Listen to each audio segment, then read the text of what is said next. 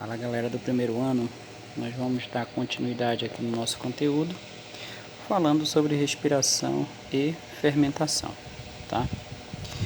O primeiro processo, ATP, respiração anaeróbica, fermentação e respiração aeróbica.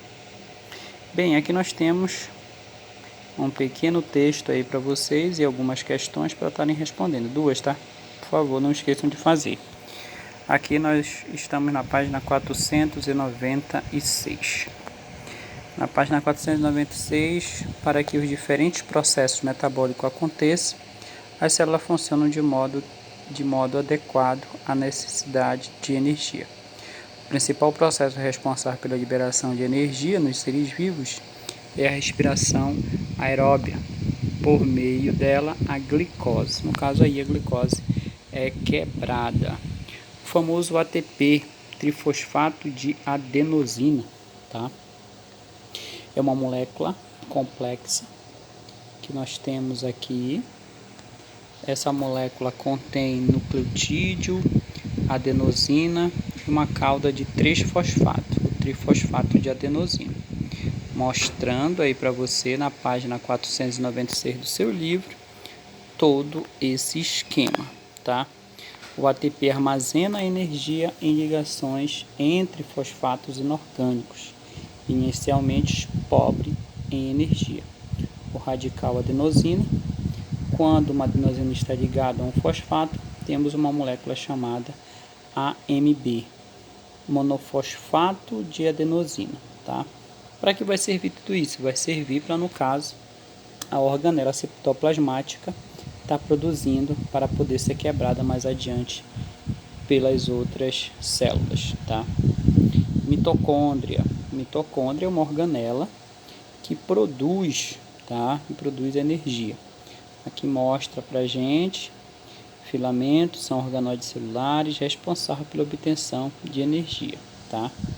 Aí ele diz: observa-se que na matriz e na membrana interna estão presentes várias enzimas responsáveis pela reação respiratória, entre elas a ATP síntese, ou seja, a síntese é a produção de ATP aqui mesmo. Para que o ATP? Para poder ser produzido as moléculas, poder gerar energia para a célula, produzir os ribossomos e entre as outras funções da célula. Nós temos agora a respiração anaeróbia. Alguns organismos podem obter energia da glicose sem a presença de oxigênio. A respiração anaeróbia produz pouca energia e apresenta apenas a etapa de glicólise. Assim, o oxigênio não é o aceptor final dos hidrogênios, que são recebidos por substâncias inorgânicas como nitratos, nitritos, sulfatos, carbonatos e entre outros. Muito parecido lá com a parte da quimiossíntese, como nós vimos semana passada. Aí ele fala que esse tipo de respiração é uma forma natural de muitas moléculas produzirem energia. Por exemplo, certas bactérias que participam do ciclo do nitrogênio, como pseudo-desnitrificantes, realizam a respiração anaeróbica. Isso acontece quando o nitrogênio N2 retorna à atmosfera durante uma das que ele está colocando aqui, durante uma das etapas do ciclo denominado processo de desnitrificação. Aí nós temos, para as bactérias anaeróbias, o gás oxigênio é letal, tá? Extremamente prejudicial. Logo, elas são restritas a certos ambientes. Esses organóides são chamados, então, de anaeróbios estritos ou obrigatórios, também restritos, tá? Os seres anaeróbios facultativos realizam fermentação na ausência de O2, o famoso oxigênio, tá? E a respiração anaeróbia na presença desse gás. Processo de fermentação. Quem realiza a fermentação? Aí nós temos aqui, entre eles nós temos bactérias e fungos, que degradam de modo incompleto a glicose, sem utilizar oxigênio. Nesse processo ocorre a glicólise. Aí, amiguinhos, nós temos aqui todo o processo da decomposição da glicose. No que ele vai se transformar? Etanol, ácido acético e ácido lático. Ainda tem a primeira composição, ácido pirúvico. E isso dentro do processo de fermentação, tá? Dependendo das substâncias formadas aqui no finalzinho,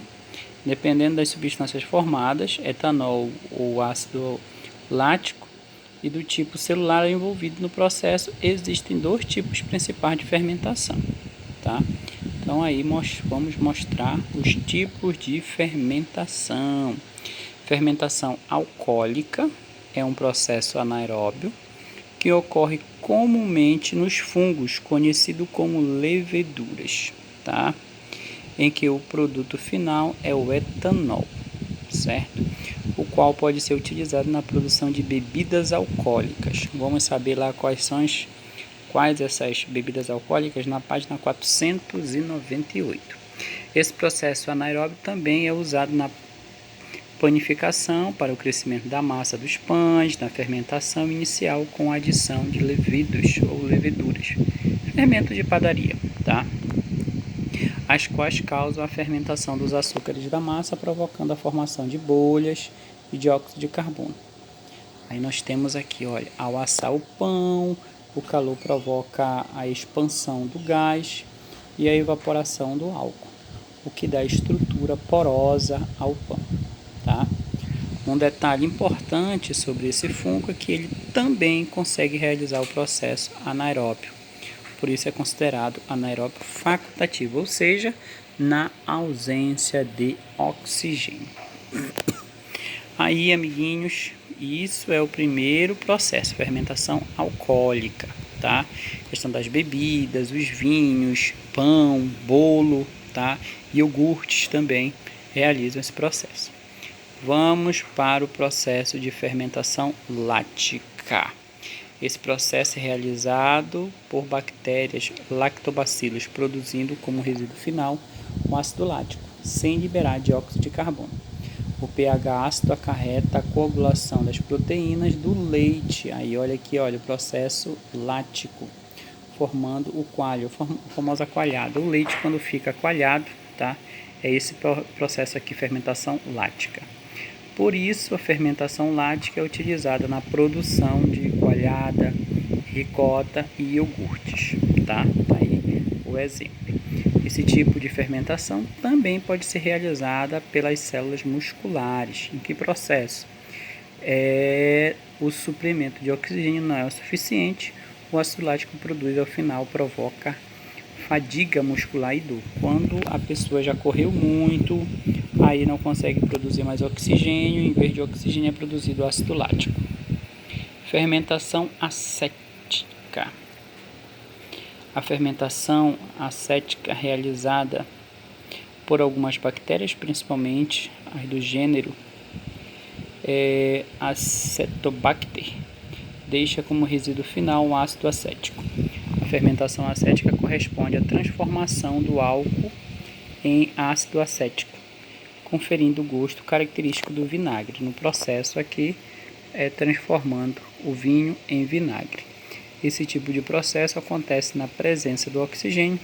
Por exemplo, quando uma garrafa de vinho é deixada aberta, ocorre a fermentação e a formação do ácido acético, ou seja, a formação do vinagre.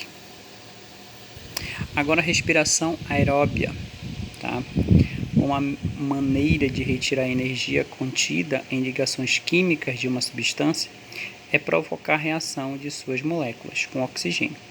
Esse processo chama-se combustão, tá? No entanto, uma reação que libera muita energia ao mesmo tempo. Nas células deve ocorrer a liberação de energia de forma mais lenta. Assim, um processo que possibilita a quebra total da glicose, a liberação de energia gradativa, produzindo moléculas de dióxido de carbono e água. Denomina-se respiração celular aeróbia. Esse processo consiste em um conjunto de reações de oxidação, Aí coloca aqui pra gente por meio da retirada dos átomos de hidrogênio, tá? Mostrando esse processo e no que resulta esse processo. Etapas da respiração aeróbia. Na etapa nós temos a glicólise, o ciclo de Klepper, como nós já vimos anteriormente, o ciclo dos ácidos cíclicos e cadeias respiratórias, a fosforilação oxidativa. Primeiro, mostrando aqui pra gente a glicólise, do grego glicodoce, quebra, é a etapa que ocorre no hialoplasma, ou seja, que ocorre no citoplasma, onde a glicose é quebrada, ou seja, as ligações entre os átomos de carbono são rompidas. Aí nesse processo, mostrando aqui pra gente a perda de hidrogênios. Tá aqui, olha, processo de glicose. Primeiro ela é decomposta aqui. No final, a produção de ácido pirúvico. Então ele coloca aqui pra gente um resumo básico. A glicólise é uma etapa anaeróbia da respiração celular, pois ocorre na ausência de oxigênio. Nessa etapa, o rendimento energético é baixo, pois produz 4 ATPs, mas 2 são consumidos, restando somente 2 ATPs. Então é o que sobra aqui no finalzinho, saldo final, 2 ATPs, 2 moléculas de adenosina trifosfato. O ciclo de Klepper é o ácido pirúvico formando a glicólise, é levado para o interior da mitocôndria na matriz mitocondrial. Reage com uma substância denominada coenzima. Aí, nessa reação é produzida uma molécula de acético e uma molécula de CO2.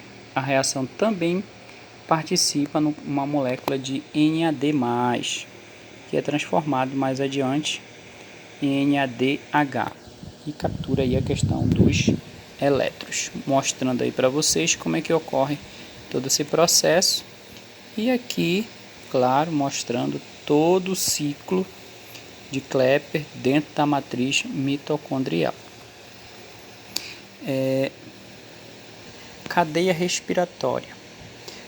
A cadeia respiratória nós temos aqui nas cristas mitocondriais os elétrons do H+, retirado na glicólise e no ciclo de Klepper, são, no caso, transportados pelas moléculas de NADH e FADH2 e passam por citocromos, que são proteínas. Mostrando aqui pra gente cadeia transportadora de elétron, fosforilação oxidativa, tá aqui todo o processo dela, tá? E etapas da respiração celular aeróbia estão resumidas no quadro a seguir. Aí nós temos glicólise, que é a quebra da glicose em ADPH e ATP, mostra o ciclo e no final nós temos aí o resumão mostrando o que ele quer no final, é gás carbônico, água e ATP. E isso ocorre tudo dentro da célula, beleza? Então é isso. Ele coloca dessa forma o total de moléculas de ATP produzido por molécula de glicose degradada, equivalente à soma dos saldos, podendo ser de 32 ou 30 ATP. Lembrando que esse processo é para gerar energia dentro da célula. Não esquece que nós temos aqui compostagem de resíduos para a produção de adubo orgânico na pequena propriedade. Está aqui. E o exercício praticando. Não esquece de resolver e até a próxima, se Deus quiser.